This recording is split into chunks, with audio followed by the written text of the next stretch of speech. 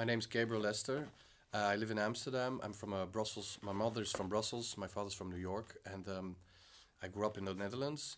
I worked a lot in music and literature, writing and producing music. And I studied experimental cinema in the St. Lucas Academy in Brussels shortly. And after that, I went to the Rijksacademy in Amsterdam, which then launched me as an independent entrepreneur or as an artist. Well, I was approached by somebody from Z33, and they invited me to do a large spatial installation in a space of the Z33 that is not what you would say your traditional exhibition space, which is more likely to be white or very neutral. This space, however, is a stripped down space. It's actually a space where the floor that was once there is being torn out, which leaves a lot of scars and elements of a kind of abandoned or deconstructed space. Which then also allows for bigger installations, spatial installations. So I accepted this invitation because it's potential to work with a space which in a way was a space that wasn't as neutral maybe as the normal exhibition space. And so I went to look at it and found that it had a certain amount of tension and a certain span that attracted me. And from there I started to work, and I invited an architect from Brussels that I've known for many years, Arnoud Hendricks, whom I invited to co-work on this project, or to kind of come up with a certain reading of the space together. And so we did, and slowly things developed from there.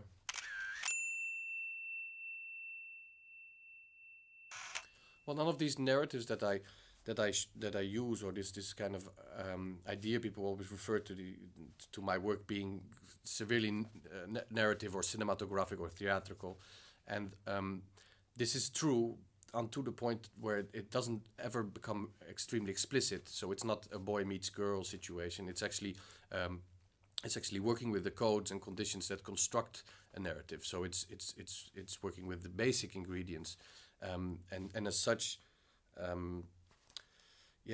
Evoking a sense of a story, a narrative that can be read through also your personal condition and the way you experience it. And in this kind of construction, the idea of creating a potential or a dilemma that people can kind of have, that works from the inside out, is very strongly motivated, or I'm very strongly motivated to kind of communicate these kind of narratives rather than narratives that have a very strong kind of outline, such as we know from typical cinema or typical storytelling. The bridge is a direct reaction on the reading of the space which, if you get to see it, and for the people that are able to see the exhibition, it's very clearly a space that has a strong vertical energy, and then for the fact that it's connecting two different spaces on a horizontal level, it has these two lines of character, so to speak.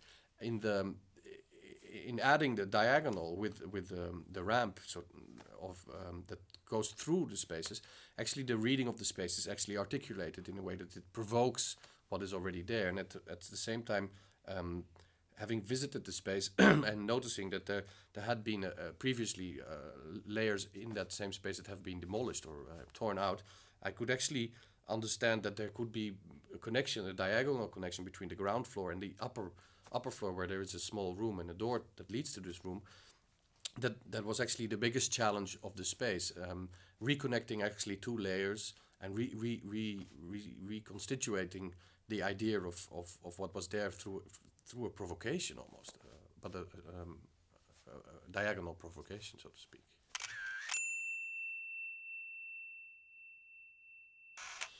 Yeah, this is not.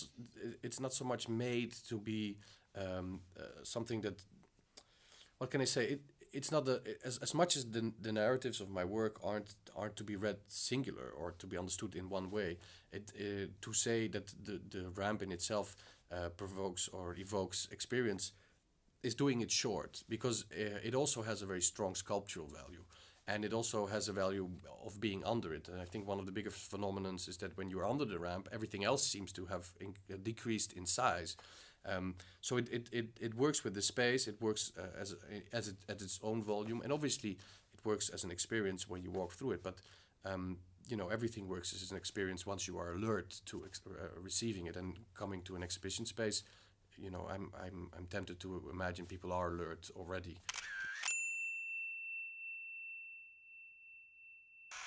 Well, the ramp was obviously the first decision made, and the most severe spatial intervention, and if you like, the installation, you know, at its best.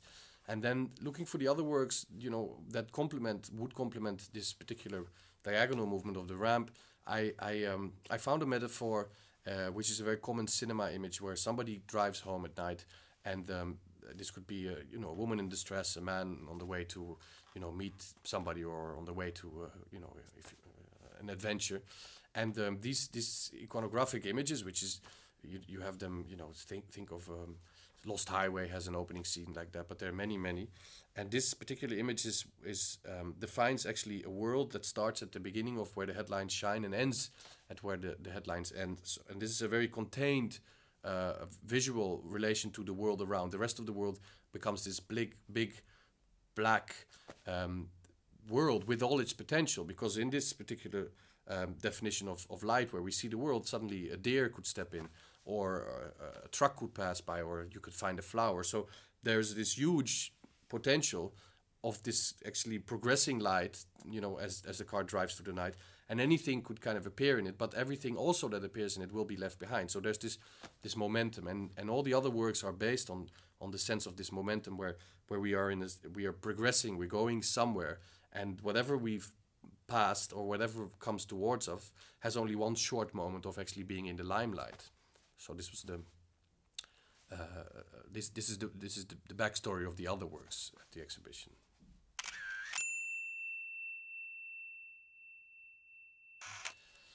Well, unfortunately, I mean, this is the case in many situations where I get to build a new work, is that I have to choose the title before I've actually realized it. And I rely a lot on framing things and then also improvising. And so I set maybe a title that is in itself a bit generic, because I knew I was going to deal with the idea of motion.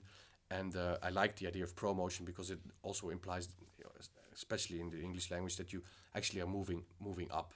And everything about this installation has a sense of movement, and both up and down. But I guess the essence is that there is an upward movement, and I wanted to have a title that would suggest this. But as with the works, it's not a singular title, so it's not only about moving up or about motion. It's actually, you know, all the different explanations we can give to the word ProMotion, but it is definitely pro motion.